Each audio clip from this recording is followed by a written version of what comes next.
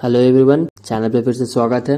मैं राहुल हूँ और आज का जो टॉपिक है वो है वायरस एंड वायरॉइड्स। ये chapter diversity of living organism का सेकंड लेक्चर है।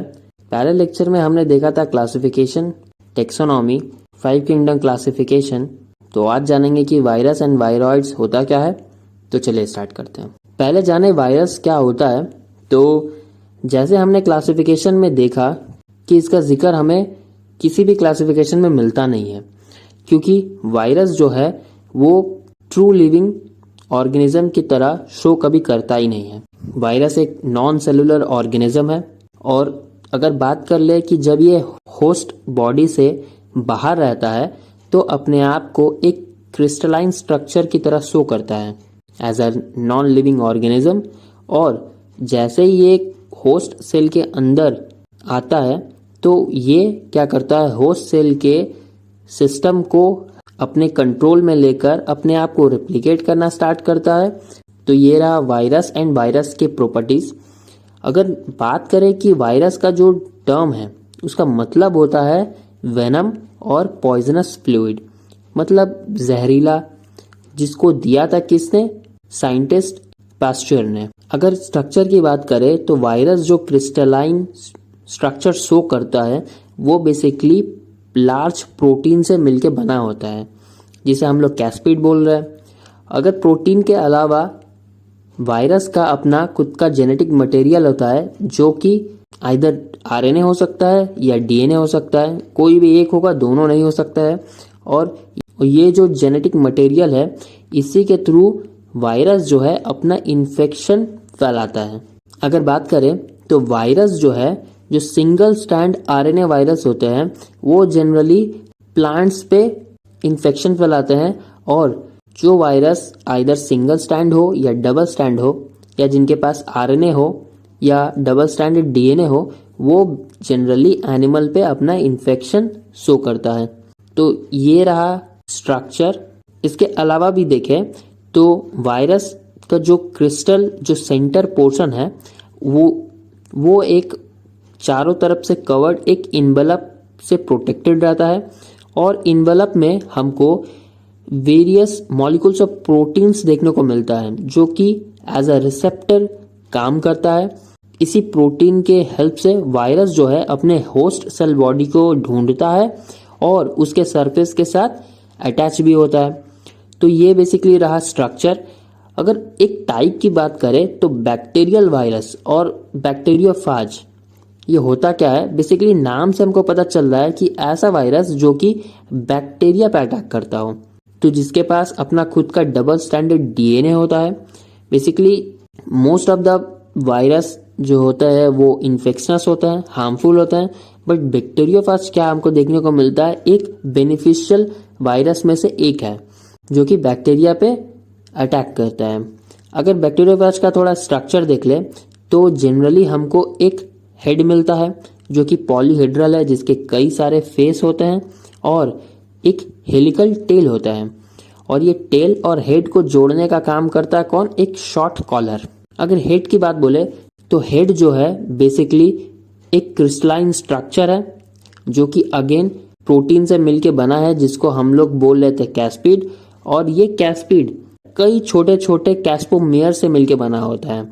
तो बैक्टीरियोफेज के केस में क्या हो रहा है, हेड जो है 2000 कैस्पोमेयर से मिलके बना है और इसी कैस्पोमेयर के भीतर बैक्टीरियोफेज का अपना डबल स्टैंडर्ड डीएनए भी मिलता है। अगर टेल की बात कर ले तो टेल जो है एक हॉलो ट्यूब है, अंदर से खोखला एक ट्यूब है जिसके चारों तरफ एक शीट मिलता है जिसमें 24 एंगुलर रिंग्स हमको देखने को मिलता है।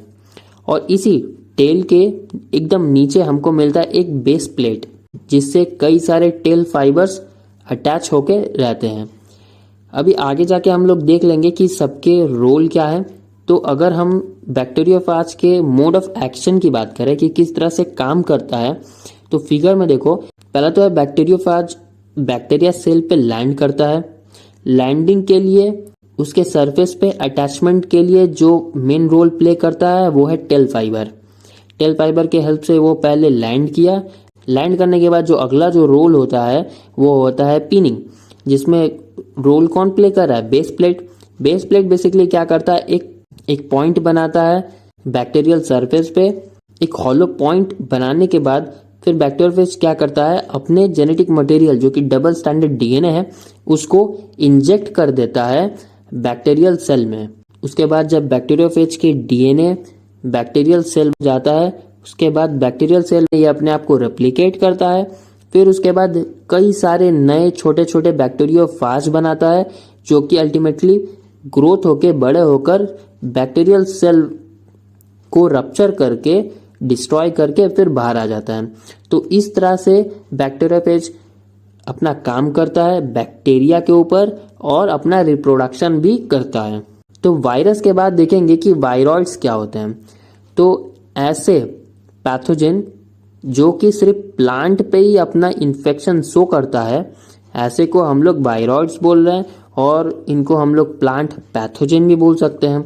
अगर स्ट्रक्चर की बात कर ले तो ये बेसिकली वायरस से काफ़ी अलग होते हैं और छोटे भी होते हैं। इनके पास अपना खुद का सिंगल स्टैंडर्ड आरएनए होता है जिसमें प्रोटीन कोड मिलता नहीं है। और वायरॉइड्स की अगर बात करें तो सबसे पहला इसको डिस्कवर किया था टीओ डाइनर ने। कब? 1971 ईयर में। सबसे पहले देखा गया था कब? जब पोटैटो स्पिंडल ट्यूबर डिजीज हुआ था जो बेसिकली पोटैटो में होता है। उस दौरान इसकी जांच में सबसे पहला वायरॉइड्स का पता चला था। अगर कैरेक्टर की बात कर ले तो वायरॉइड्स के पास अपना खुद का आरएनए होता है। उसके बाद ये साइज में काफ़ी छोटे होते हैं और सिर्फ प्लांट को इन्फेक्ट करते हैं। साथ साथ में जो वायरॉइड्स के पास अपना स्पीसीज ऑफ न्यूक्लिक एसिड है वो मॉलिक्यूलर वेट उसका काफ़ी लो होता है और साथ साथ में स्ट्रक्चर भी काफ़ी यूनिक होता है।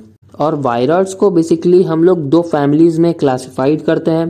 पहला है पॉस्पी वायरोडिया जिसमें हमको न्यूक्लियर वायरॉइड्स देखने को मिलता है, और अगला जो है वो है एफसुन वायरोडिया, ऐसे वायरॉइड्स जो कि क्लोरोप्लास्टिक वायरॉइड्स होते हैं। तो ये रहा आज का टॉपिक वायरस एंड वायरॉइड्स। आशा करता हूँ कि आपको समझ में आया होगा। अगर कुछ भी डाउट रहता है तो आप कमेंट में बेझिझक पूछ सकते हैं। और आप इस चैनल पे अगर नए हैं तो नीचे सब्सक्राइब वाला बटन दबा के हमसे जुड़ना ना भूलें। तब तक के लिए मिलते हैं अगले वीडियो में।